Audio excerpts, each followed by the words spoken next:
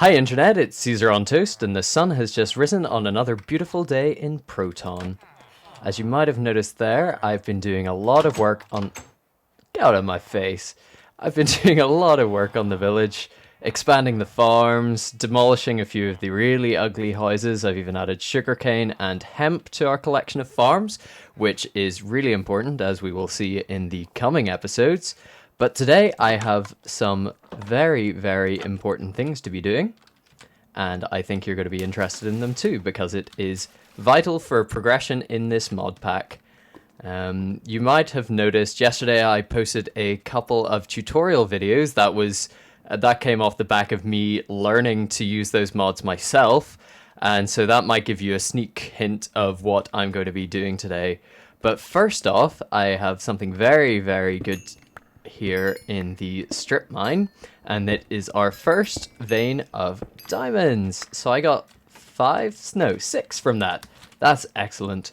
And what we need those for is we need 3 of them for a diamond pick, so we can get obsidian to make a nether portal, 2 of them so we can make enchantments, which are going to be pretty helpful for improving the uses of our tools, and 1 spare, which we can either put in the safety deposit box for later, or, because I'm feeling a little bit fun, we might make a small kind of experimental record farm. I always like to make those because it's a bit of a laugh running around trying to get the creepers not to kill you.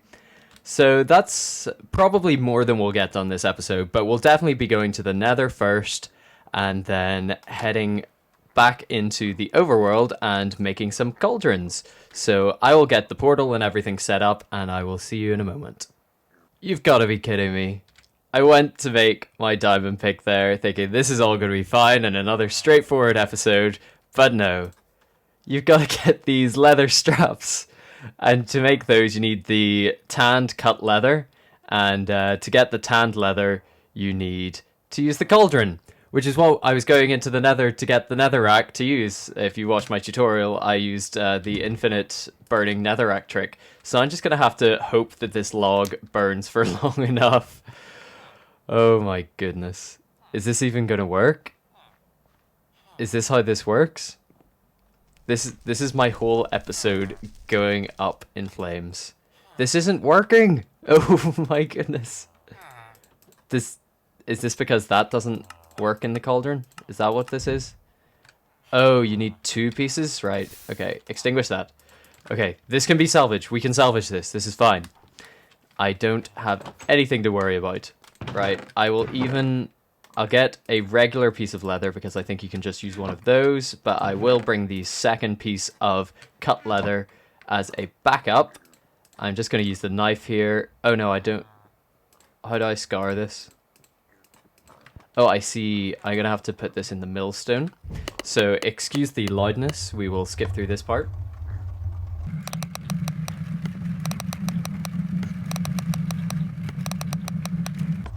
Got it. Right. Let's do this.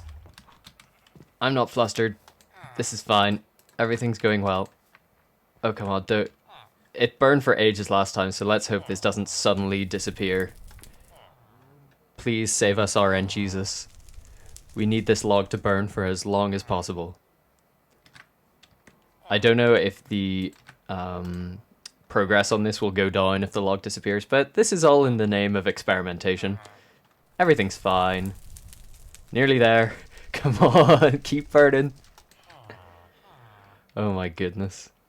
So that was a bit more stressful than I first thought this episode was going to go. But we seem to be going fine. This is all good. What a good log. Well, I'm going to just destroy the setup because we are going to be replacing the log with a much better, infinitely burning piece of netherrack very shortly, and I will join you for real this time when I have that portal built. Well, that took longer than expected. I thought this was going to be easy. I was so wrong. Torch placement, very important in the house. I ended up making this basement area, which I think looks pretty cool. We've got our furnace wall here and our millstones here, And this mysterious portal has appeared in the back. I don't know where this goes, but better step in and check it's okay. No way this is going to be horrifying on the other side. I have no idea what they've added to the Nether in this mod pack, so I ended up... Oh, we spawned right in the fortress. This is really, really good. Oh, wow. Lighting, very, very dark in the Nether. I should have expected this. I knew that it was going to be dangerous, but I didn't realize how dark it was going to be. Usually you can at least see, but I forgot about hardcore darkness. Right. Well, I actually wanted to do a bit of exploring, but since I'm already in a fortress, that takes half of the job away. Now I've only got to go find some nether wart. Just before I leave the nether, I'm going to grab a whole bunch of nether rack as well, because that's going to be useful. But wow, nether ores, that's cool. I reckon this is coal. Oh, and you get 2 per block. This is fantastic. I will definitely come back and mine everything out of here later. This is perfect, but definitely comes at the cost of a lot of added danger. And what is this block? Is this basalt? Okay, basalt is like blackstone. I don't know. Is there an equivalent for vanilla? But that's pretty cool. Can you make bricks out of it? Ooh, polished basalt. So it's like the 1.8 variants. Oh, that looks so good. I have got to play around with building with that. That is amazing. Just pick up a few more blocks, but definitely going to be coming out here and mining a whole bunch of these ores and that basalt. That's fantastic. Right. Well, here we can see the portal, so I'm going to run far away from the portal. And it's a dead end. Usually in these fortresses you can see when you're going to be running into a dead end, so this is just crazy with the darkness. I see that that's just going to go into nowhere. Wow. This is scary. Right, there's something we don't want to be messing with. Just mark this off and put some blocks over just so they can't escape. Wow, he's going to get me. This line of sight thing that I'm doing here is just to block them from seeing me, and then I'll run up and take a few shots at them, but it's really not working for me, is it? Right, I'm gonna have to take being set on fire maybe a couple times here. Oh, there we go. I did some enchanting on my armor just before I came out, and there's actually some very interesting enchantments that I was seeing in the table. Aha, into fire. One of them gives me the ability to do this. Double jump. It's double jump feather falling 2, which was like a level 20 enchant on my boots. Okay, I'll just grab a couple more blaze rods for strength potions, which could come in handy. And then we will continue on our way in exploring the nether. Very good, so I got 2 rods. That's fine. And block that up. Oh, you escaped. I must have forgotten about you. Right, and we will mark this as the way home. How will we do that? With a sign, of course. Sorry to bore you, but it's better than getting lost in the nether and not being able to produce an episode because I died and lost all my stuff and rage quit, which might happen. So let's just do home, home, and then a big arrow that way. Very good. So there's lava that way, but it also looks... Well, it's not a dead end. There's one of those portcullis things there. Let's just keep going. Left or right? Left. Left-hand rule. Only 4 more torches. Okay, that's fine. And how about this direction? Haven't seen any pigmen. Okay. Well, that was... I ran out of torches a lot quicker than I expected. Oh wait, no, I can make more. What am I talking about? I'm an idiot. So let's get another stack of torches going. Oh, we just about have enough for a stack, but 56 will get us pretty far. I need that nether wart. That's basically what I'm here for. So I'm going to have to go down that left way, which had the... I don't need that. Which had the lava in it, and just scoot across there, which will be fine. There's one. No, no, no, no, no, no, no, no, no, no, no, no, no, no. Don't do that. Why did that happen? Why did the lava move further when I blocked it off? That's just not cool. And I'm still on fire. Okay, just stand back. I haven't actually died yet in this playthrough, so it's going to be pretty embarrassing if it happens by fire. I got fire protection 1 on these leggings, but that's not exactly going to do that much in terms of protection. And I'm just noticing there's a lot of coal in the walls here, which is fantastic. Like I said before, I had no idea what I was getting into when I came into the Nether here, but so far I'm very impressed with what the Proton mod pack has to offer here. There is dark fire. I think that's just a lighting glitch because of this hardcore darkness, which is pretty funny. So I'll just mark this place up. This looks like the kind of area that might have some nether wart for me. So I'm going to do the torches on the left rule. So if I follow the torches on the right, I'll know that this is the way home. That's not the way home. Ah, nether wart room. Fabulous. That was a lot easier than I expected. And I'll just... Oh, turn my interface off there. I will just run ahead and place a torch here. Oh, and there's a chest. That is also excellent. So I'll grab all these. Don't really need all this, what you call it, soul sand. It's not absolutely necessary, and I can go find it other places.